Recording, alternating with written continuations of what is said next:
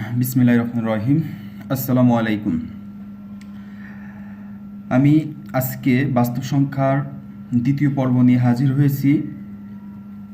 যারা বাস্তব সংখ্যার প্রথম পর্বটা দেখছিলা তারা এখান থেকে দ্বিতীয় পর্ব থেকে দেখলে আশা করি ভালো বুঝতে পারবা। আর যারা এখনও প্রথম পর্ব দেখো নাই তারা অবশ্যই প্রথম পর্ব দেখে তারপর দ্বিতীয় পর্ব আসলে বুঝতে সহজ হবে আমি মনে করি।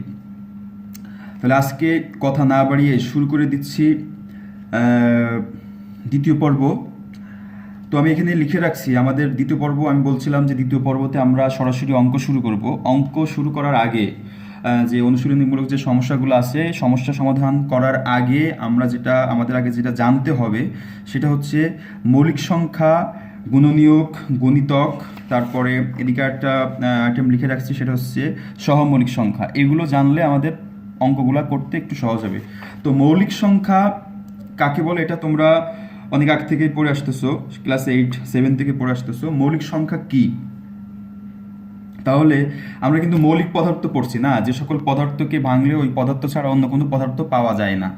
তাহলে মৌলিক সংখ্যাটাও কিছুটা এমন যে মৌলিক সংখ্যার সংজ্ঞায় বলা হয়েছে এক ছাড়া, মানে এক ব্যতীত যে সকল সংখ্যার ওই সংখ্যা ছাড়া ওই সংখ্যা ছাড়া অন্য কোনো উৎপাদক থাকবে না। এক কথায় এক ছাড়া ওই সংখ্যার কোনো উৎপাদক থাকবে না। তাহলে সেই সকল সংখ্যাকে আমরা বলবো মৌলিক সংখ্যা। এক ব্যতীত আর এক মৌলিক সংখ্যা না, এক ছাড়া অন্য যে সকল সংখ্যা আছে তাদের সাধারণ উৎপাদক হবে সেই সংখ্যা আর এক, তাহলে সেটা হবে মৌলিক সংখ্যা। যেমন আমি একটু বুঝাই। এখানে যেমন আমরা যদি প্রথম যে মৌলিক সংখ্যাটা আছে, আমাদের প্রথম মৌলিক সংখ্যা হচ্ছে 2। এই টুটাকে আমরা যদি এরকম করি 1 × 2, এছাড়া কি আর 2 হওয়া সম্ভব? যে 1 আর 2, এই 1 আর 2 গুণ করলেই কিন্তু 2 আসে, তাছাড়া আর 2 হওয়া সম্ভব না। সেই ক্ষেত্রে 2টা হচ্ছে আমাদের মৌলিক সংখ্যা। যেমন 2 এর উৎপাদক আছে 1 আর 2, তাহলে 1 আর 2 ছাড়া অন্য কোনো উৎপাদক নাই। একই রকমভাবে 3 আমরা করতে পারি 1 গুণ 3, তাছাড়া সম্ভব না, এছাড়া সম্ভব না। এরপর আমরা করতে পারি হচ্ছে 5 হচ্ছে 1 গুণ 5। এই এরকম যে সংখ্যাগুলো আছে যে ওই সংখ্যা আর এক এই দুটা ছাড়া কোনো উৎপাদক থাকবে না, সেগুলোকে আমরা বলবো মৌলিক সংখ্যা। তাহলে আমরা যেটা মৌলিক সংখ্যা না, আসলে আমরা দেখি 4টা যদি নিই আমরা 4 1 4, আরও দুইটা সংখ্যা আছে 2 × 2 করলে 4 হয়। তাহলে এখানে 1 আর 4 ছাড়া আরও কিন্তু উৎপাদক আছে 2, সেই ক্ষেত্রে এই 4 মৌলিক সংখ্যা না। একই রকমভাবে যদি আমরা 6 নিই, দেখি একটু 6 নিয়ে 6 নিই, তাহলে 1 গুণ 6, তাহলে আসলো 1 × 6 দিলে আমাদের 6 আসে, তারপর 2 × 3 দিলে আমাদের কত আসে? 6 আসে। তাহলে যেহেতু এই 6-এর উৎপাদক 1 আর 6 ছাড়া আরও দুইটা উৎপাদক আছে, সেই ক্ষেত্রে 6টা আমাদের মৌলিক সংখ্যা না। তো এখন অবশ্যই তোমার ক্লিয়ার যে মৌলিক সংখ্যা কোনগুলা? যে সকল সংখ্যা এক এবং ওই সংখ্যা ছাড়া কোনো উৎপাদক থাকবে না, ওই সংখ্যাগুলোকে আমরা বলবো মৌলিক সংখ্যা এক ব্যতীত। তাহলে প্রথম যে মৌলিক সংখ্যা, এটা বহু নির্বাচনে আসে, সবচেয়ে ছোট মৌলিক সংখ্যা কত? সবচেয়ে ছোট মৌলিক সংখ্যা কত? 2 থেকে শুরু হয়েছে। কত? 2 থেকে। সবচেয়ে ছোট মৌলিক সংখ্যা কত থেকে শুরু হয়েছে? 2। এটা বহু নির্বাচনে প্রচুর আসে। অপশনে কিন্তু 1 থাকবে। আমি প্রথমে সংজ্ঞায় বলেছি যে এক ছাড়া, একে মৌলিক সংখ্যার ভিতরে আমরা নিয়ে আসবো না। এক ছাড়া বাকি যে সকল সংখ্যাগুলো আছে সেই সংখ্যার উৎপাদক ওই সংখ্যা এবং এক ছাড়া অন্য কোনো উৎপাদক থাকবে না, সেই সংখ্যাগুলোকে আমরা মৌলিক সংখ্যা বলবো। তাহলে 2 থেকে শুরু হয়েছে মৌলিক সংখ্যা। এরপরে আমি আর একটা টপিক লিখে রাখছি, সেটা হচ্ছে গুণনীয়ক। গুণনীয়কটা আমাদের অবশ্যই জানতে হবে, না হলে আমরা পরবর্তীতে অঙ্ক করতে পারবো না। সেটের অধ্যায়ে অনুশীলনী 2-এ গেলেও আমাদের গুণনীয়ক বিশাল লাগবে, তারপর গণিতকও লাগবে, মৌলিক সংখ্যাও লাগবে। এটা হচ্ছে প্রথম অধ্যায়ে আলোচনা। তো গুণনীয়ক হচ্ছে কি? গুণনীয়কটা হচ্ছে যে সকল সংখ্যা গুণ করলে ওই সংখ্যা পাওয়া যায়, যে সকল সংখ্যা গুণ করলে ওই সংখ্যা পাওয়া যায় সে সকল সংখ্যাকে ওই সংখ্যার গুণনীয়ক বলা হয়। আবার বলতেছি, যে সকল সংখ্যা গুণ করলে ওই সংখ্যা পাওয়া যায় সে সকল সংখ্যাকে ওই সংখ্যার গুণনীয়ক বলা হয়। ওই সংখ্যাটা মনে হচ্ছে যার গুণনীয়ক বের করতে বলবে। যেমন আমরা বের করতে বললাম 12 এর গুণনীয়ক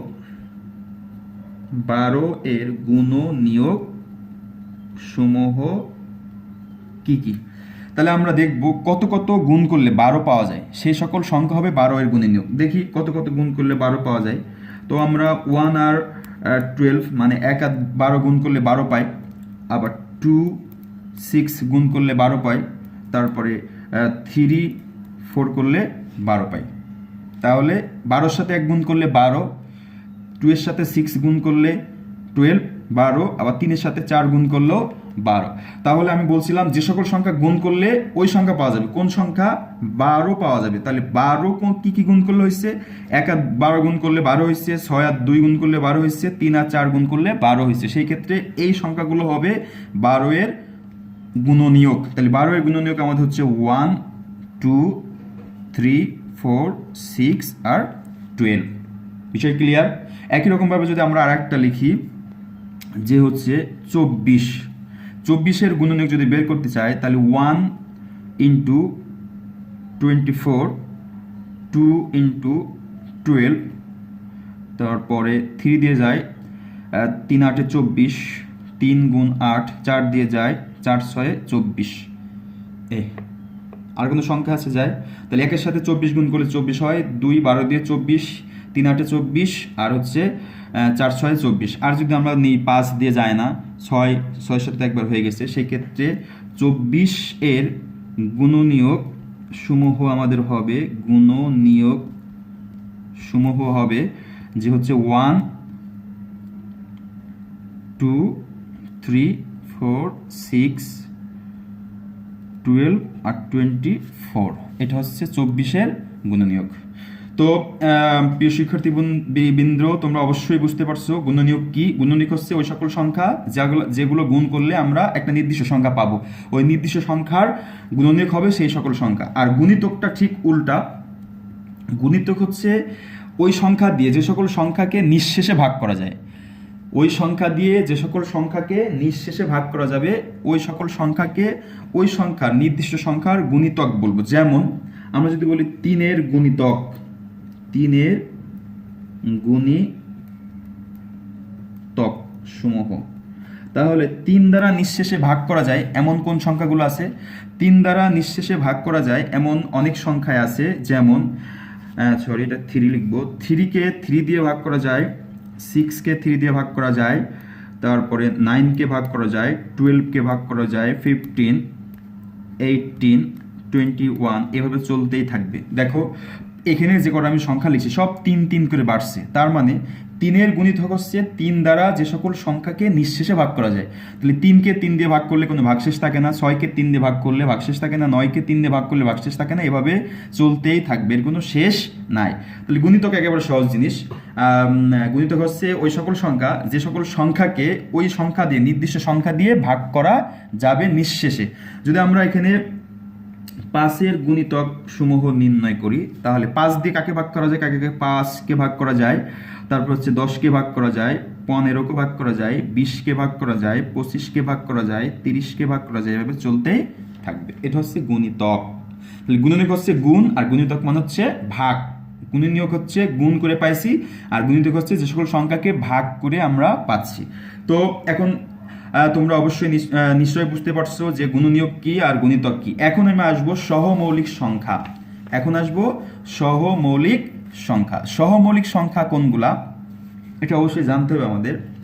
মৌলিক সংখ্যা কিন্তু আমরা দেখে আসছি যাদের উৎপাদক এক ছাড়া আর কোনো উৎপাদক নাই, তারা হচ্ছে মৌলিক। আর সহমৌলিক হচ্ছে এমন দুটা মৌলিক সংখ্যা যাদের ভিতরে এক ছাড়া আর অন্য কোনো উৎপাদক থাকবে না, যাদের ভিতরে এক ছাড়া অন্য কোনো উৎপাদক থাকবে না। যেমন আমরা নিলাম হচ্ছে 5 আর হচ্ছে 7, দুটাই কিন্তু মৌলিক সংখ্যা, 5 আর 7।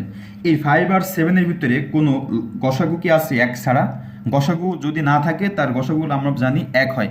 তাহলে 5 আর 7-এর ভিতরে কমন কিছু আছে? কমন কিছু নাই, মানে হচ্ছে এখানে আমরা গসাগু যদি করি তাহলে হচ্ছে 5 সমান 1 ইন্টু 5 লিখতে পারি, আর 7 সমান 1 ইন্টু 7 লিখতে পারি। এই যে উৎপাদকগুলো আছে, উৎপাদকগুলো আমাদের এরকম হয় 1,5 আর 1,7। 5-এর উৎপাদক হচ্ছে 1 5 আর 7 এর উৎপাদক হচ্ছে 17। এই দুটার ভিতরে কমন কি আছে? কমন আছে শুধু 1, কমন আছে 1। এই জন্য আমাদের 5 আর 7 এর গসাগু হবে হচ্ছে গসাগু 1। তাহলে সহমৌলিক সংখ্যা কোনগুলা? যে দুটি সংখ্যার গসাগু হবে 1, যে দুটি সংখ্যার গসাগু হবে 1। এক কথায় দুইটা মৌলিক সংখ্যা থাকবে যাদের ভিতরে কোনো কমন কিছু থাকবে না, সাধারণ জিনিস থাকবে না, তারা হচ্ছে পরস্পর সহমৌলিক। তো তোমরা এখন বুঝতে পারলা যে মৌলিক সংখ্যা কি, তারপর হচ্ছে সহমৌলিক সংখ্যা কি, তারপর হচ্ছে গুণনীয়ক কি, আর হচ্ছে গুণিতক কি। এখন আমরা যেটা শিখবো, এটা বহু নির্বাচনী ক্ষেত্রে প্রচুর আসে, যে আমাদের আবৃত দশমিক ভগ্নাংশ দেখছিলাম, এটা থেকে সাধারণ ভগ্নাংশ কিভাবে তৈরি করব, আর হচ্ছে দশমিক ভগ্নাংশ থেকে সাধারণ ভগ্নাংশ আমরা কিভাবে করব, মানে সামান্য ভগ্নাংশ কিভাবে করব। তাহলে আমরা যদি আগে দেখি দশমিক থেকে দশমিক ভগ্নাংশ থেকে সাধারণ ভগ্নাংশ এটা আমরা রূপান্তর করব।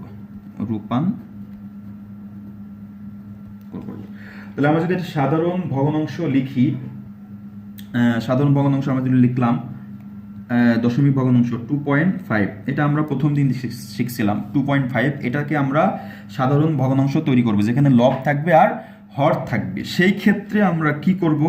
আমরা প্রথম দিন শিখছিলাম যে দশমিক বাদ দিয়ে বাকি যে সংখ্যাগুলো থাকবে আমরা উপরে লিখবো। তাহলে দশমিক বাদ দিলে থাকে আমাদের 2.5.9। এখন আমরা ভাগ দিলাম, যেহেতু লব আর হর বানাতে হবে। এখন শুধু দশমিকের জন্য, এই দশমিকের জন্য নিচে সব সময় প্রত্যেকটা দশমিক যেখানে পৌনঃপুনিক থাকবে না, পৌনঃপুনিক ছাড়া যে অঙ্কগুলো আছে দশমিকের পরিবর্তে আমরা নিচে বসাবো 1। আর দশমিকের পরে যে কটা সংখ্যা থাকবে, যে কটা ঘর থাকবে, সেই কয়টা নিচে 0 হবে। তাহলে আমরা দশমিকের জন্য 1, দশমিকের ঘরে একটা আছে 5, এই জন্য একটা 0 হয়েছে।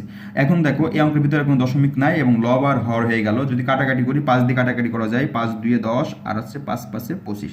তাহলে আমাদের থাকলো হচ্ছে 5/2। এটা হয়ে গেল আমাদের সাধারণ ভগ্নাংশ। তাহলে দশমিক ভগ্নাংশ থেকে সাধারণ ভগ্নাংশ তৈরি করা অবশ্যই তোমরা শিখতে পারছো।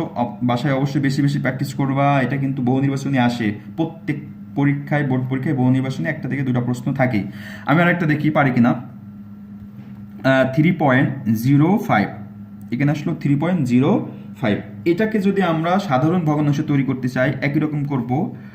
305 লিখলাম, দশমিকের জন্য একটা 1, দশমিক পরে দুইটা ঘর আছে, এই জন্য আমাদের নিচে হবে 2টা 0। এরপরে যদি কাটাকাটি করতে হবে অপশন দেখে কাটাকাটি করবে। যদি অপশন এটা থাকে এটা অ্যান্সার হবে, যদি কাটাকাটি করে মিলে যায় অপশনে সেটা অ্যান্সার হবে।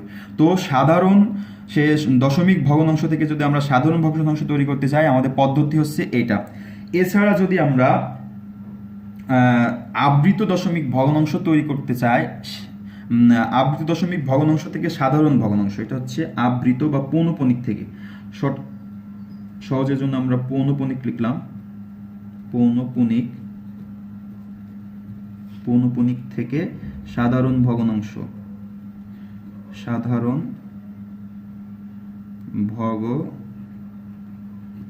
আমরা রূপান্তর করব। পৌনঃপুনিক থেকে সাধারণ ভগ্নাংশ। পৌনঃপুনিক আমরা দেখছিলাম প্রথম টিউটোরিয়ালে, প্রথম পর্বে দেখছিলাম যে দশমিকের পরে যদি একই রকম সংখ্যা বারবার চলতে থাকে তাহলে আমরা প্রত্যেকটা সংখ্যা লিখব না, একটা লিখে তার উপরে একটা দশমিকের মতো দেব, পৌনঃপুনিক চিহ্ন দিব, তাহলে বোঝা যাবে যে এই সংখ্যাটা বারবার চলতেছে, একই রকম সংখ্যা বারবার চলতেছে। তো আমরা এখন দেখব পৌনঃপুনিক থেকে বা আবৃত দশমিক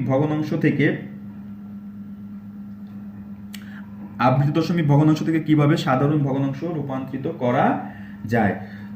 তো আমরা একটা যদি সংখ্যা এখানে লিখি যে 3.78, এটার উপরে যে 8 এর উপরে যে একটা ফুল স্টপ আছে বা ডট আছে, এটাই হচ্ছে আমাদের পৌনঃপুনিক চিহ্ন। তো এটা আমরা এখন নিয়মটা শিখবো, এটা অনেক ইম্পর্টেন্ট, এটা থেকে প্রশ্ন থাকে। তো এটা করার জন্য আমরা প্রথমে দশমিক আর পৌনঃপুনিক বাদ দিয়ে বাকি সংখ্যাগুলো উপরে লিখব। দশমিক পৌনঃপুনিক বাদ দিয়ে বাকি সংখ্যাগুলো উপরে লিখব। তাহলে বাকি থাকে আমাদের 378। আবার বলতেছি, দশমিক পৌনঃপুনিক বাদ দিয়ে বাকি সংখ্যাগুলো উপরে লিখব। এখন দশমিক আর পৌনঃপুনিক থাকবে না এমন যে সংখ্যাগুলো আছে সেগুলো আমরা উপর থেকে বিয়োগ করে দিব। তাহলে 3-র উপরে পৌনঃপুনিক নাই, 7-এর উপরে পৌনঃপুনিক নাই, তাহলে 3 আর 7 আমরা বিয়োগ করে দিলে আমাদের থাকে 3, 7 পাশাপাশি বসাই দিব। আবার বলতেছি, এই জিনিসটা অনেক ইম্পর্টেন্ট। দশমিক পৌনঃপুনিক বাদ দিয়ে বাকি সংখ্যাগুলো আমরা লিখব। উপরে দশমিক পৌনঃপুনিক ছাড়া যে সংখ্যাগুলো থাকবে, পৌনঃপুনিক ছাড়া যে সংখ্যাগুলো থাকবে সেই সংখ্যাগুলো আমরা কি করব, বিয়োগ করব। যেমন এই অঙ্কটার জন্য 3 আর 7-এর উপরে পৌনঃপুনিক নাই, এই জন্য 3, 7 আমরাটা উপরে বিয়োগ করে দিচ্ছি। তাহলে এটা এতটুকু হচ্ছে উপরের কাজ। এখন আসি নিচে কি করব। নিচে হচ্ছে দশমিকের পরে, দশমিকের আগে কি আছে এটা আমরা দেখব না, এই যে হাত দিয়ে ধরে রাখছি এটা আমরা আলোচনায় নিয়ে আসবো না। তাহলে দশমিকের পরে আমাদের আছে 7, 8 উপরে পৌনঃপুনিক। দশমিকের পরে যে কয়টা পৌনঃপুনিক থাকবে নিচে সেই কয়টা 9 হবে। তাহলে আমাদের একটা পৌনঃপুনিক আছে, একটা 9 হচ্ছে। আর আগে যেটা আমরা করছিলাম, একটা দশমিকের জন্য একটা 1 নিছিলাম, আর এখানে একটা পৌনঃপুনিকের জন্য একটা 9। যদি একই রকমভাবে দুটা পৌনঃপুনিক থাকে তাহলে দুইটা 9 নিতাম। আর যে কটা পৌনঃপুনিক থাকবে না ওই কটা আমরা শূন্য দেবো। তাহলে পৌনঃপুনিক 9 হচ্ছে 7-এর উপরে, 7-এর জন্য আমরা শূন্য দিব। তাহলে নিচের নিয়মটা আবার বলতেছি, দশমিকের পরে যে কয়টা পৌনঃপুনিক থাকবে সেই কয়টা 9 নিব, সেই কয়টা 9। আর যে কয়টা পৌনঃপুনিক থাকবে না সেই কয়টা শূন্য নিব। এই অঙ্কটার জন্য 1টার উপরে পৌনঃপুনিক আছে, 8-এর উপরে, এই জন্য একটা 9, 7-এর উপরে নাই বলে একটা শূন্য। এরপর যদি আমরা বিয়োগ করে দিই, আমাদের থাকবে হচ্ছে 8 থেকে 7 বিয়োগ করলে 1, 7 থেকে 3 বিয়োগ করলে 4, আর 3 থেকে গেল, নিচে থাকলো হচ্ছে 90। এরপর আমরা যদি কাটাকাটি করি, কাটাকাটি করতে হবে। আর যদি কাটাকাটি না করি তাহলে এভাবে রেখে দিতে হবে। আর যদি যেহেতু উপরে বড় আছে সেক্ষেত্রে আমরা ভাগ করতে পারি 3, 4, 1। 341কে 90 দিয়ে ভাগ করব। 341কে 90 দিয়ে ভাগ করলে কতবার যায়? 3 বার যায়। 3 দিয়ে গুণ করলে 3 0 0 আর 3 9 27, 3 9 27। এখন তাহলে আমাদের থাকবে হচ্ছে 1, আর 14 থেকে 7 বার দিলে থাকবে হচ্ছে 7, নিচে থাকলো 71। এখন 71-এর ভিতরে কিন্তু আর 90 যায় না, ভাগ প্রক্রিয়া এটা। 71-এর ভিতরে 90 আর যায় না। সেই ক্ষেত্রে আমরা কি করব, এই 71 ভাগফল যেটা থাকে, ভাগশেষ যেটা থাকবে সেটা সবসময় কোথায় যাবে, উপরে যাবে। তাহলে থাকবে 71 উপরে, আর ভাজকে যা ছিল সেটা আসবে আমাদের নিচে, তার মানে হচ্ছে 90। এটা হচ্ছে আমাদের সাধারণ ভগ্নাংশ তৈরি হয়ে আসলো। তার মানে আমাদের অ্যান্সার হলো 3 সমস্ত 90 উপর হচ্ছে 71। এটা অনেক ইম্পর্টেন্ট একটা নিয়ম বিষয়। আবার বলতেছি, দশমিক পৌনঃপুনিক অঙ্কগুলো থাকলে এটা থেকে যদি আমরা সাধারণ ভগ্নাংশ তৈরি করতে চাই তাহলে আমাদের নিয়ম হচ্ছে দশমিক পৌনঃপুনিক বাদ দিয়ে বাকি সংখ্যাগুলো উপরে লিখছি 3, 7, 8। যে কটা পৌনঃপুনিক থাকবে না সে কটা বিয়োগ করে দিব। 3 আর 7-এর উপরে পৌনঃপুনিক নাই, বিয়োগ করে দিছি। আর নিচের নিয়ম হচ্ছে দশমিকের পরে যে কটা পৌনঃপুনিক থাকবে সে কটা 9 হবে, আর যে কটা পৌনঃপুনিক থাকবে না সে কটা শূন্য। সো তারপর আমরা বিয়োগ করছি, বিয়োগ করে ভাগ প্রক্রিয়া আমরা করে দিছি। এই নিয়মটা হচ্ছে ভাগশেষ যেটা থাকবে, এখানে আমরা দশমিক নিব না যেহেতু দশমিক উঠাইতে চাচ্ছি। সেই ক্ষেত্রে ভাগশেষ যেটা থাকবে সেটা উপরে চলে যাবে, আর ভাজকে যেটা থাকবে সেটা নিচে আসবে। এরকম আমরা যদি আরেকটা করি, সহজ একটা করি, সেটা হচ্ছে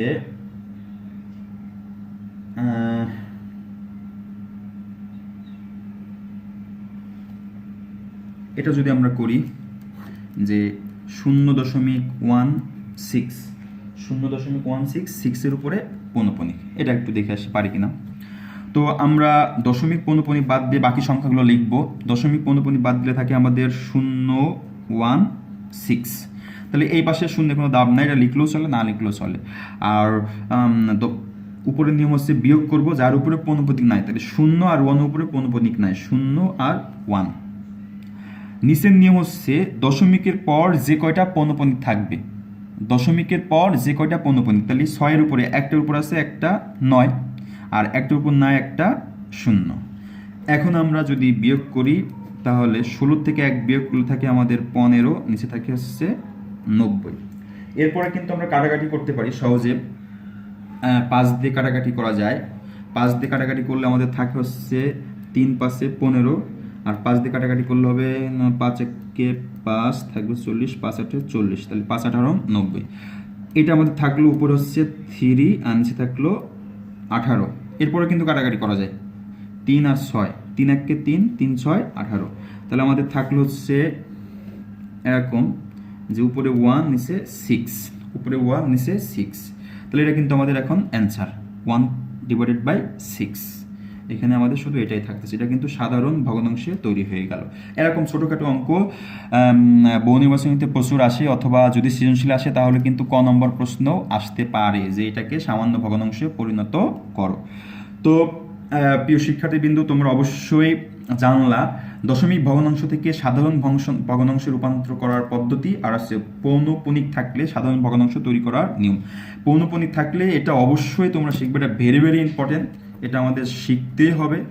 এটা থেকে বহু নির্বাচনী একটা আসবেই, আর হচ্ছে ক নম্বর প্রশ্ন আসতে পারে। সো পৌনঃপুনিক থাকলে সাধারণ ভগ্নাংশটা অবশ্যই প্র্যাকটিস করবা। যদি না পারো আমাকে অবশ্যই জানাবা কমেন্টে, তাহলে আমি পরের টিউটোরিয়ালে অবশ্যই দেখাই দিব যে পৌনঃপুনিক থেকে কিভাবে সাধারণ ভগ্নাংশ তৈরি করা যায়। তো এখন আমরা অঙ্কে চলে যাব, সমস্যাগুলো দেখি। এই অধ্যায়ের সবচেয়ে ইম্পর্টেন্ট অঙ্ক যে তিনটা আছে, চারটা নিয়ম, সেই চারটা নিয়ম আমি শেখাবো। তার ভিতরে একটা আছে আমাদের প্রমাণ করতে হবে যে √7, √3 এগুলো তোমরা অনেক পড়ছো। √7, √3 অম্লত সংখ্যা, আর মূলদ সংখ্যা কিন্তু আমরা ইতিমধ্যে জেনে আসছি অম্লত সংখ্যা কি আর মূলদ সংখ্যা কি। আমরা পড়ছিলাম অম্লত সংখ্যা যে সকল সংখ্যাকে ভগ্নাংশ আকারে প্রকাশ করা যায় না সেগুলো হচ্ছে অম্লত সংখ্যা, আর যে সকল সংখ্যাকে ভগ্নাংশ আকারে প্রকাশ করা যায় তারা হচ্ছে মূলদ সংখ্যা। সো আমাদের প্রশ্ন বেশি এখান থেকে আসার সম্ভাবনা থাকে যে হচ্ছে যে √3 বা √7, √5, √10, √11 এগুলো একটি অম্লত সংখ্যা প্রমাণ করো। সেই ক্ষেত্রে অঙ্কগুলো আমরা করতে হয় কীভাবে, আমি সুবিধার জন্য লিখে রাখছি। এই অঙ্কটা এভাবেই সহজ হয়, সবাই এভাবেই করে, আর এভাবে সহজ বলে এভাবেই করানো হয়, এটা একটা যুক্তিকতা আছে, এই জন্য এভাবেই শেখানোর চেষ্টা করতেছি তোমাদেরকে। সো যে সংখ্যাটার অমূলদ সংখ্যা কিনা এটা প্রমাণ করতে বলবে, সেই ক্ষেত্রে আমাদের যেটা করতে হবে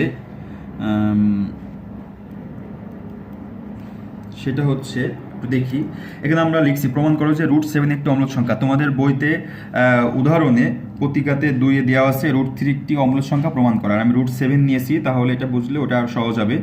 এখানে √7টা এখানে দেখো লেখা আছে 2 এর উপর স্কোয়ার দিলে 4, আর √7 এর উপর স্কোয়ার দিলে 7, আর 3 এর উপর স্কোয়ার দিলে 9। তাহলে √7 এর বিষয় হচ্ছে √7টা কোথায় অবস্থিত, এটা কোন জায়গাটায় অবস্থিত, এটা আমাদের আগে প্রথমে নির্ণয় করতে হবে। √7টা 4 থেকে বড়, 9 থেকে ছোট। তাহলে √7 এর আগের বর্গমূল সংখ্যা আমাদের জানতে হবে, আর √7 এর পরের বর্গমূল সংখ্যা, যেহেতু আমাদের √7 এর উপরে √ দিতে হবে, তাহলে √7 অথবা 7 আগের বর্গমূল সংখ্যা আছে 4, কারণ 2 2 4 হয়, আর 7 পরে বর্গমূল সংখ্যা আছে 3, যেটার উপর স্কোয়ার দিলে 9 হবে। তাহলে 2 এর উপর স্কোয়ার দিলে 4 হয়, আর 3 এর উপর স্কোয়ার দিলে 9 হয়। এখন যদি আমরা বর্গ করে দিই, √ করে দিই, 4 এর উপরে √ করলে করে দিলাম, আর উভয় পক্ষে √ করে দিলাম, 4 এর উপরে √ 7 এর উপর √ 9 এর উপরে √ সেক্ষেত্রে আমাদের এখানে 4 এর উপর √ দিলে থাকে হচ্ছে 2, আর √7 কিছু করা যায় না, রেখে দিলাম, আর 9 এর উপর দিলে থাকে 3। তাহলে √7টা এখান থেকে এই ক্রম থেকে দেখা যাচ্ছে যে √7টা 2 এর থেকে বড়, আবার 3 থেকে ছোট। এই চিহ্নটার মানে আমরা অবশ্যই মনে রাখতে হবে, এটার মানে হচ্ছে যে এই মুখ যেদিকে থাকবে, এই মুখ সবসময় সেদিকে বড় হবে, আর এটা সবসময় ছোট হবে। আবার একই রকমভাবে যদি এমনি থাকে তাহলে এটাও কিন্তু বড় হবে, আর এটা হবে ছোট। তো এখান থেকে 2 থেকে √7 বড়, আবার 3 থেকে √7 ছোট, এই কথায় লেখা আছে দেখো যে √7 2 থেকে বড় কিন্তু 3 অপেক্ষা ছোট, অতএব √7 পূর্ণ সংখ্যা নয়। তাহলে পূর্ণ সংখ্যা আমরা কাদেরকে বলছিলাম, ভগ্নাংশ ছাড়া যে সকল সংখ্যা আছে ধনাত্মক, ঋণাত্মক, শূন্য সহ সবই হচ্ছে পূর্ণ সংখ্যা। তাহলে √7 অবশ্যই একটা ভগ্নাংশ সংখ্যা, এজন্য এটা আমাদের পূর্ণ সংখ্যা না, এজন্য এটা লেখা হয়েছে অতএব √7 পূর্ণ সংখ্যা নয়। এই অঙ্কটা আমরা যদি এভাবে প্রমাণ করি √7 একটি মূলদ সংখ্যা ধরে নিই, তারপর যদি মূলদ সংখ্যা আমরা প্রমাণ না করতে পারি তাহলে √7টা কি সংখ্যা হবে? অমূলদ সংখ্যা হবে। আবার বলতেছি √7টা আমরা ধরে নিব একটি মূলদ সংখ্যা, সেইভাবে মূলদ সংখ্যা প্রমাণ করার চেষ্টা করব, যদি প্রমাণ না করতে পারি সেটা হবে কি? অমূলদ সংখ্যা। সেই জন্য আমরা মনে করে নিছি √7 একটি মূলদ সংখ্যা। যদি মূলদ সংখ্যা হয় সেই ক্ষেত্রে আমরা ধরি √7 সমান p/q ধরে নিব, যেহেতু মূলদ সংখ্যা তাহলে এটা ভগ্নাংশ আকারে প্রকাশ করা যাবে, এই জন্য p/q ভগ্নাংশ আকারে নিয়ে নিছি, যেখানে pq অবশ্যই স্বাভাবিক সংখ্যা হতে হবে এবং সহমৌলিক, এবং q হচ্ছে 1 থেকে বড় হতে হবে, কারণ আমরা পড়ে আসছিলাম ভগ্নাংশ হইতে হলে qটা কি করতে হবে? 1 থেকে বড় হতে হবে, ছোট হলে আবার মাইনাস হয়ে যাবে, সেই ক্ষেত্রে কিন্তু সমস্যা হবে। এখানে আমরা তাহলে পিকিউটা এখানে পি আর কিউ পরস্পর স্বাভাবিক সংখ্যা এবং সহমৌলিক কিন্তু আমরা দেখে আসছি যে দুটার ভিতরে সাধারণ উৎপাদক থাকবে 1, তাছাড়া কোনো উৎপাদক থাকবে না। এখন আমরা কি করছি, অঙ্কটা প্রমাণ করার সুবিধার্থে এই জায়গাটা উভয় পক্ষে বর্গ করে দিচ্ছি। এখানে উভয় পক্ষ বর্গ স্কোয়ার করে, যে এখানে স্কোয়ার করলে √স্কোয়ারে কাটা যায় থাকে 7, আর পি এর উপর স্কোয়ার, কিউ এর উপরে স্কোয়ার, এখানে লেখা আছে উভয় পক্ষকে বর্গ করে। তোমরা এক লাইন বেশি করতে পারো, √7 এর উপর স্কোয়ার, এই যে এখানে স্কোয়ার দিতে পারো আর এখানে স্কোয়ার, সেই ক্ষেত্রে আমাদের এখানে হবে হচ্ছে বর্গ করে। তাহলে এখন আবার কি করা হয়েছে, উভয় পক্ষকে কিউ দ্বারা ভাগ করে দিচ্ছি। যদি কিউ দ্বারা ভাগ করি, কিউ দ্বারা গুণ করি, তাহলে এখানে আমরা গুণ করে দিব, এই যে এরকম, এখানে আছে √7 সমান p²/q², 7 সমান p²/q²। এখন যদি আমরা উভয় পক্ষকে কিউ দ্বারা গুণ করি, তাহলে কিউ আর এখানে p²q² আর থাকে এখানে হচ্ছে কিউ। তাহলে এই কিউটা উপরে, এই কিউটা হচ্ছে নিচে, তাহলে নিচে কাটাকাটি করলে আমাদের থাকবে হচ্ছে নিচে একটা কিউ। এই যে অঙ্কটা এখানে আছে √7 সমান p² বা নিচে একটা কিউ। এখন এখান থেকে বোঝা যাচ্ছে কিউ যেহেতু স্বাভাবিক সংখ্যা, স্বাভাবিক সংখ্যার সাথে কোনো সংখ্যা 7 গুণ হয়েছে, তাহলে স্বাভাবিক সংখ্যা থেকে 7 গুণ হলে অবশ্যই 7 একটা স্বাভাবিক সংখ্যা, মানে পূর্ণ সংখ্যা, এই জন্য লেখা হয়েছে এখানে স্পষ্ট 7q পূর্ণ সংখ্যা। কিন্তু p²/q এটা কিন্তু ভগ্নাংশ আকারে রয়েছে, তাহলে এটা পূর্ণ সংখ্যা নয়, এই যে p²/q পূর্ণ সংখ্যা নয়, এতে লেখা হয়েছে কারণ পিকিউ স্বাভাবিক সংখ্যা এবং পরস্পর সহমৌলিক এবং কিউ হচ্ছে 1 থেকে বড়। তাহলে আমরা এখান থেকে পেলাম 7qটা হচ্ছে পূর্ণ সংখ্যা, কিন্তু p²/q এটা পূর্ণ সংখ্যা না। সুতরাং 7q ও p²/q এটা সমান হবে না, যেহেতু একটা পূর্ণ সংখ্যা আর একটা পূর্ণ সংখ্যা না, সেই ক্ষেত্রে পরস্পর দুই সংখ্যা সমান হইতে পারে না। এজন্য লেখা হয়েছে অর্থাৎ √7 ইজ নট p²/q, সমান না। যেহেতু সমান না, সেক্ষেত্রে √7টা কিন্তু p²/q মানে ভগ্নাংশ আকারে প্রকাশ করা গেল না, এজন্য লেখা হয়েছে √7 এর মান p/q আকারে হইতে পারে না, মানে ভগ্নাংশ আকারে হইতে পারে না। সেই ক্ষেত্রে √7 একটি অমূলদ সংখ্যা, মূলদ সংখ্যা নয়। তো আমরা কিন্তু এই অঙ্কটা √7 প্রমাণ করো একটি অমূলদ সংখ্যা শর্টকাটে প্রমাণ করতে পারতাম, √7কে ক্যালকুলেট করতাম, যা হয়তো সেটা ভগ্নাংশ আকারে প্রকাশ করা যাচ্ছে না, তাহলে √7 একটি অমূলদ সংখ্যা এভাবে প্রমাণ করতে পারতাম। সেই ক্ষেত্রে আমাদের নাম্বারটা আসতো না, টিচারে নাম্বার দিতে চাইতো না, কারণ হচ্ছে এটা আমাদের প্রমাণ করতে বলছে, এই পদ্ধতিতে দেখাতে হবে যে আসলে √7 একটি অমূলদ সংখ্যা। তো প্রিয় শিক্ষার্থী বন্ধু, আমি আরেকবার তোমাদের বুঝাই দিচ্ছি প্রথম থেকে, সেটা হচ্ছে আমাদের √7 এর আগের একটা সংখ্যা নিব বর্গমূল সংখ্যা, পরে একটা বর্গমূল সংখ্যা নিব, নিয়ে এটা আমরা একটা ক্রম তৈরি করব যে √7 এর আগে কোন সংখ্যাটা আছে, পরে কোন সংখ্যাটা আছে। কিন্তু দেখা গেল 2 এর থেকে √7টা বড় আর 3 থেকে √7টা ছোট। আর আমরা যেহেতু প্রমাণ করব এই পদ্ধতিতে যে √7 ধরে নেব মূলদ সংখ্যা, পরে মূলদ সংখ্যা প্রমাণ করার চেষ্টা করব, যদি প্রমাণ না করতে পারি সেটা হবে অমূলদ সংখ্যা।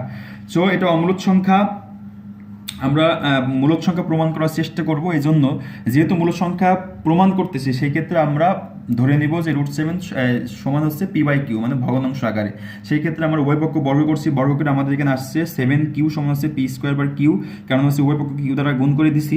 তাহলে 7q এটা আমরা স্পষ্ট বুঝতে পারতেছি এটা হচ্ছে পূর্ণ সংখ্যা, কিন্তু এটা পূর্ণ সংখ্যা নয়, সেই ক্ষেত্রে এটা সমান হইতে পারে না। যেহেতু সমান হইতে পারে না, সেই ক্ষেত্রে এটা হচ্ছে মূলদ সংখ্যা হইতে পারে না, এই জন্য √7টা অমূলদ সংখ্যা। আশা করি বুঝতে পারছো। অবশ্যই বাসায় একবার রিভাইজ করে অবশ্যই বাসায় একবার নিজে নিজে লিখবা, তাহলে বুঝতে পারবা। এরপরে কোনো সমস্যা হলে আমাকে অবশ্যই জানাবা। এরপর আমি আরও 2টা অঙ্ক লিখে রাখছি, ইম্পর্টেন্ট অঙ্ক, যে প্রমাণ করো 11 ক, প্রমাণ করো যে যে কোনো প্রমাণ করো যে যে কোনো বিজোড় পূর্ণ সংখ্যার বর্গ একটি বিজোড় সংখ্যা হবে। বিজোড় পূর্ণ সংখ্যার বর্গ একটি বিজোড় সংখ্যা হবে। এটা শর্টকাটে আমরা প্রমাণ করতে পারি যে এভাবে, যে কোনো বিজোড় পূর্ণ সংখ্যা, মনে করলাম 3 একটা বিজোড় পূর্ণ সংখ্যা, এর যদি বর্গ করে দিই তাহলে বর্গ মানে স্কোয়ার, স্কোয়ার করলে 3 3 কত হবে 9, 9টা একটা বিজোড় সংখ্যা। আবার যদি এটা না নিয়ে যদি আমরা আরেকটা নিই 5, 5টা হচ্ছে একটা পূর্ণ সংখ্যা, বিজোড় সংখ্যা, এটার উপর যদি স্কোয়ার করে দিই বর্গ করে দিলে হচ্ছে 5 5 25, 25টা একটা বিজোড় সংখ্যা, শর্টকাট। তাহলে এটা একটা সূত্র, যে কোনো বিজোড় সংখ্যা পূর্ণ সংখ্যার উপর যদি আমরা স্কোয়ার করি তাহলে সেটা কি হবে, সেটা বিজোড় সংখ্যা হবে। এটা আমাদের একটু প্রমাণ করে দেখে দিতে হবে। এটা এই অঙ্কটা হুবহু অঙ্ক দিনাজপুর বোর্ড 2016 সালে এসেছে। এছাড়া এখান থেকে বোর্ড প্রশ্ন খুব কমই আসে, যেহেতু দিনাজপুর বোর্ডে 2016 সালে এসেছে, একবারে আমরা বোর্ড প্রশ্ন আকারে সলভ করা হয়ে গেল, আবার মূল বইয়ের প্রশ্ন সলভ করা হয়ে গেল। এটা প্রমাণ করার জন্য আমরা ধরে নিব একটা বিজোড় পূর্ণ সংখ্যা যেটা সমান n, n একটি বিজোড় পূর্ণ সংখ্যা, আর n হচ্ছে বিজোড় পূর্ণ সংখ্যা যেখানে n সমান আমরা ধরে নিছি 2x - 1। এই জিনিসটা ধরার উদ্দেশ্য হচ্ছে এই যে এক্সটা হচ্ছে একটা সংখ্যা যা 2 এর সাথে গুণ করলে, একটা বিষয় এখানে চিন্তা করে দেখো, তুমি যে কোনো সংখ্যা ধরলেই 2 এর সাথে গুণ করলে কি হবে, সেটা জোড় সংখ্যা হয়ে যাবে। যেমন আমরা যদি এখানে একটু দেখি 2 এর সাথে 5 গুণ করলাম কত হয়, 5 2 10, জোড় সংখ্যা হয়ে গেল। আবার যদি 2 এর সাথে 10 গুণ করি 10 দিয়ে 20, জোড় সংখ্যা হয়ে গেল। তার মানে 2 এর সাথে জোড় সংখ্যার সাথে যে কোনো সংখ্যা গুণ করলে সেটা কি হবে, জোড় সংখ্যা হবে। আবার জোড় সংখ্যা থেকে যদি আমরা 1 বিয়োগ করি তাহলে সেটা সবসময় বিজোড় সংখ্যা হবে, জন্য 1 আমরা বিয়োগ করে বিজোড় সংখ্যা আকারে ধরে নিয়েছি। আর এক্সটা কিসে আছে, জেডের ভিতরে আছে, মানে পূর্ণ সংখ্যা। আর যেহেতু এখানে বলা হয়েছিল পূর্ণ সংখ্যার বর্গ, যেহেতু বর্গ করতে বলছে আমরা স্কোয়ার করে দিচ্ছি উভয় পক্ষে, উভয় পক্ষ হচ্ছে বর্গ করি। এখন যদি বর্গ করি তাহলে আমাদের এটা এন স্কোয়ার থাকলো, আর এটা হচ্ছে যদি 2xটাকে এ ধরি আর 1টাকে বি ধরি, a মাইনাস ভি স্কোয়ার সূত্র পরে a square minus 2ab plus b square, সেই জিনিসটা করে আমরা এই লাইনটা, এখান থেকে তোমরা এই লাইনটা লিখতে পারো যে 2x স্কোয়ার মানে a square minus 2ab plus b square, এই লাইনের পরে হচ্ছে এটা আসছে। তাহলে 2 2 4 আর x এর উপর square minus a 2 2 4x plus 1। এখান থেকে আমরা এই দুটো থেকে 4x কমন নিছি, 4x কমন নিলে একটা x থাকে, এই মাইনাস এই 4x থেকে 4x নিছি, বাকি থাকলো 1 প্লাস 1 যা আছে তাই। এখন একটা বিষয় চিন্তা করে দেখো, আমাদের দুটো অংশ আসছে, একটা অংশ, তাহলে এই অংশেতে 4x আছে, এখানে 4x ইন্টু x মাইনাস 1 সংখ্যাটি 2 দ্বারা অবশ্যই বিভাজ্য, কারণ এখানে 4 আছে, 4কে আমরা 2 দিয়ে ভাগ করতে পারি, বিভাজ্য। অর্থাৎ যেহেতু 2 দ্বারা বিভাজ্য এজন্য এই পুরো সংখ্যাটা আমাদের একটা জোড় সংখ্যা। এটা বাস্তব। কি বলছি, যে এই সংখ্যাটাকে 2 দ্বারা যেহেতু বিভাজ্য গেছে তাহলে এই সংখ্যাটা অবশ্যই জোড় সংখ্যা ছিল, না হলে 2 দ্বারা বিভাজ্য না, কারণ যত জোড় সংখ্যা আছে সবটাকেই 2 দ্বারা বিভাজ্য করা যাবে, ভাগ করা যাবে। এই জন্য যেহেতু 4x ইন্টু 4x মাইনাস 1কে 2 দ্বারা ভাগ করা গেছে নিঃশেষে, সেই ক্ষেত্রে এটা 2 দ্বারা বিভাজ্য, এই জন্য লেখা হয়েছে অর্থাৎ জোড় সংখ্যা। এখন আসো যে জোড় সংখ্যার সাথে যদি আমরা 1 যোগ করি, জোড় সংখ্যার সাথে যদি 1 যোগ করি তাহলে সেটা কি হবে, বিজোড় সংখ্যা হবে। এই জন্য 4x into x minus 1 plus 1 সংখ্যাটি অবশ্যই বিজোড় সংখ্যা। তার মানে যেহেতু আমরা এটা পুরোটাই বিজোড় সংখ্যা পাইলাম, এটা সমান আমরা পাইছিলাম হচ্ছে n, এক্ষেত্রে n স্কোয়ার একটি বিজোড় সংখ্যা, আর n স্কোয়ার মানে হচ্ছে বিজোড় সংখ্যার উপরে বর্গ, এই জন্য লিখলাম সকল বিজোড় পূর্ণ সংখ্যার বর্গ বিজোড় সংখ্যা, মানে nটা আমরা বিজোড় পূর্ণ সংখ্যা ধরছিলাম, তার উপর স্কোয়ার দিছিলাম, সেটা আবার কি হয়েছিল, বিজোড় সংখ্যা হয়ে গেল। এটা আমরা প্রমাণ করে দিলাম এভাবে। তাহলে অবশ্যই অঙ্কটা ইম্পর্টেন্ট, অবশ্যই করবা। আর এটা শর্টকাট পদ্ধতি হচ্ছে এটা কিন্তু বহু নির্বাচনেও আসতে পারে, মনে রাখতে হবে। আরেকটা অঙ্ক আছে একই রকম প্রায়, যে প্রমাণ করো যে দুইটি ক্রমিক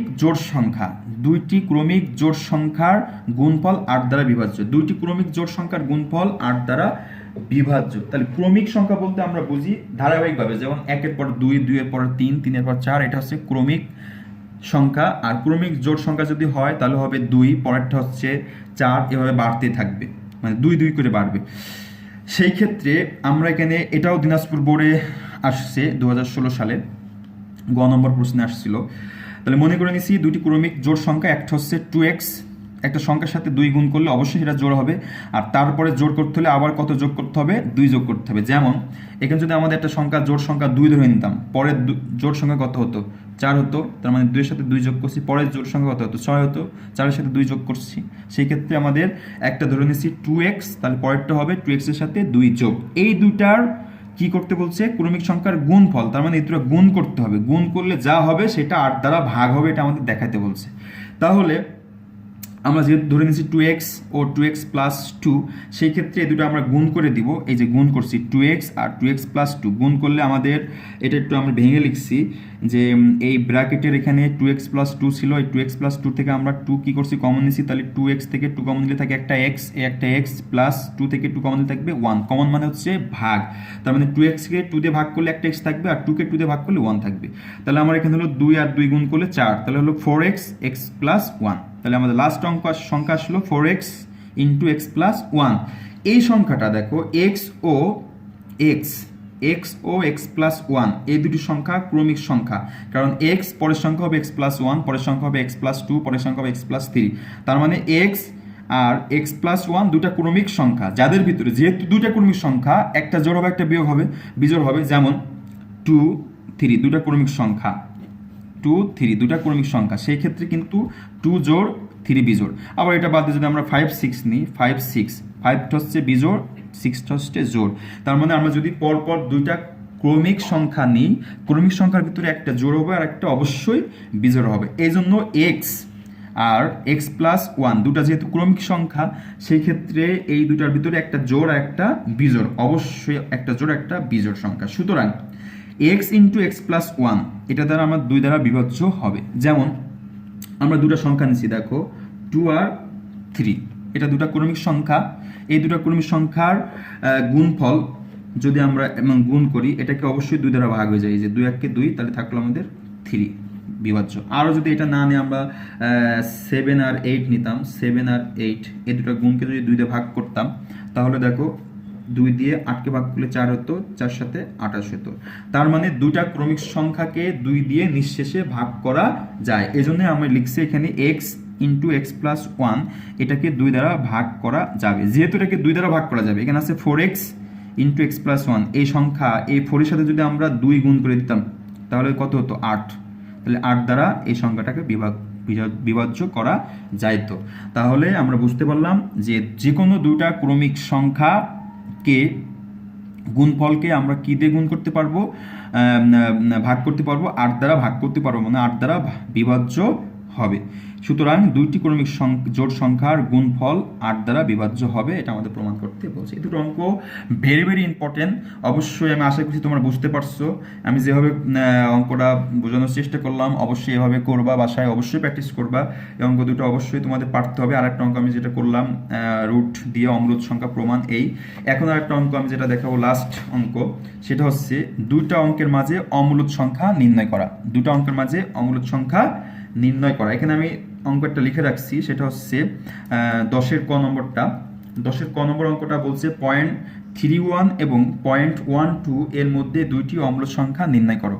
0.31 এবং 0.12 এর মধ্যে দুইটি অম্লদ সংখ্যা নির্ণয় করো। এই অঙ্কটা আমরা এখন একটু দেখব।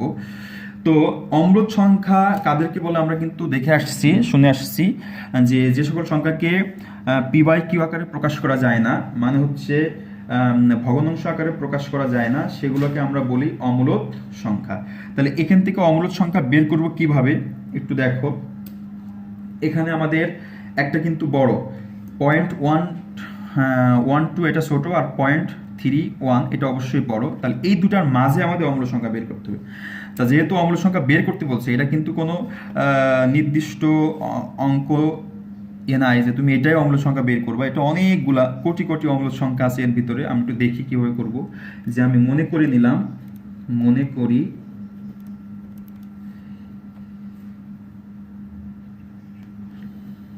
একটি, যেহেতু দুটো অম্লদ সংখ্যা বের করতে বলছে, একটি অম্লদ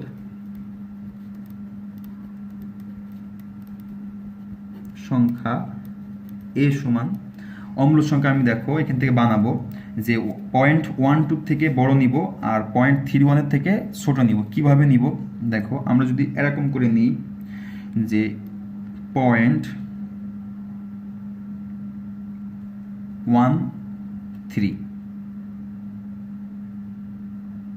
অথবা আমরা 13 নিলাম 0.13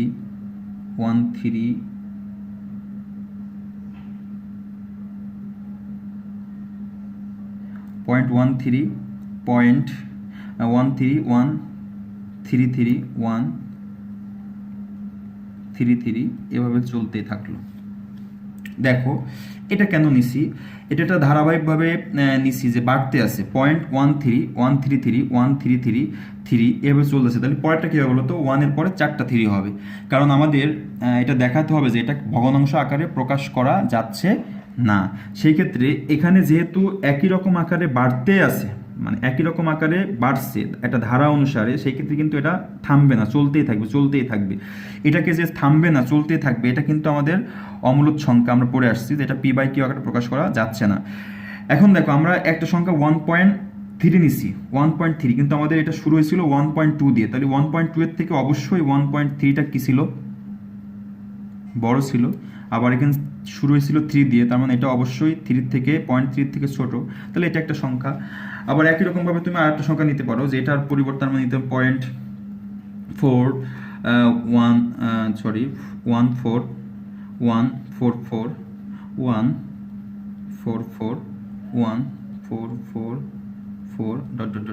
এটাও কিনতে হয়। এখানে অনেকগুলো সংখ্যা বানানো যায়, কোটি বললাম আমি, কোটি অম্লদ সংখ্যা বের করা যায়। এটা নিলেও হবে, এটা নিলেও হবে, যে কোনো একটা নিলেও হবে। এখন অপর একটা অম্লদ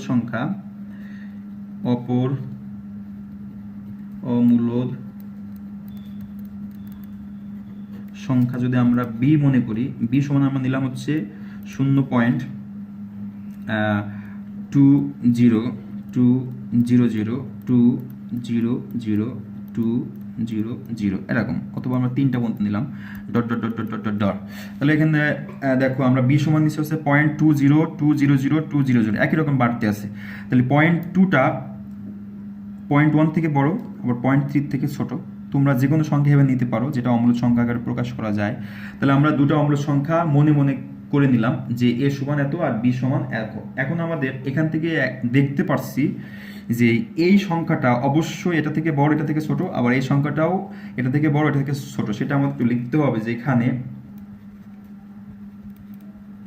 স্পষ্ট দেখতে পাচ্ছি স্পষ্টত যে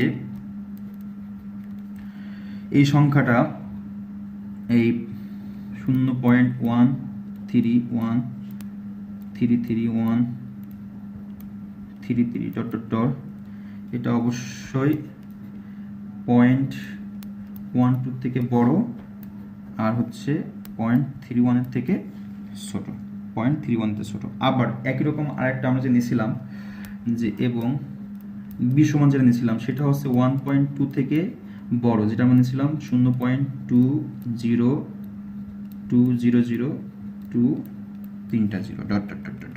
এটাও কিন্তু 0.31 এর থেকে ছোট। যে দুটো সংখ্যা আমরা মূলদ সংখ্যা নিচ্ছি সেই দুটো সংখ্যায় আমাদের যে দুটোর মাঝে নিতে বের করছিল, এটার থেকে মাঝখানে, এটার থেকেও মাঝখানে। তো যেহেতু মাঝখানে এবং আমরা স্পষ্ট দেখতে পাচ্ছি যে এখানে a ও b দুটো অম্লদ সংখ্যা, সেক্ষেত্রে আমরা লিখতে পারি যে অর্থাৎ 0.12 ও 0.31 এর মাঝে a ও b অবস্থিত, নাকি অবস্থিত। অবশ্যই এটা যেটা ধরছি এটা সমান a, এটা সমান b, এটাও এই দুটোর মাঝে অবস্থিত, আবার bটাও এই দুটোর মাঝে অবস্থিত, এবং উভয় অমূলদ সংখ্যা। দুইটাই আবার কি নিয়েছিলাম আমরা, অমূলদ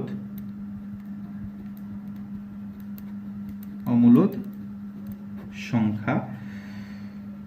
তাহলে আমরা যেহেতু অম্লদ সংখ্যা প্রমাণ করতে পারলাম যে দুটার মাঝে অবস্থিত, সেই ক্ষেত্রে এখানে আমরা লিখতে পারি যে স্পষ্ট যে a ও b দুটি অম্লদ সংখ্যা। অতএব a ও b দুটি অমূলদ সংখ্যা, যা 0.12 ও 0.31 এর মাঝে অবস্থিত।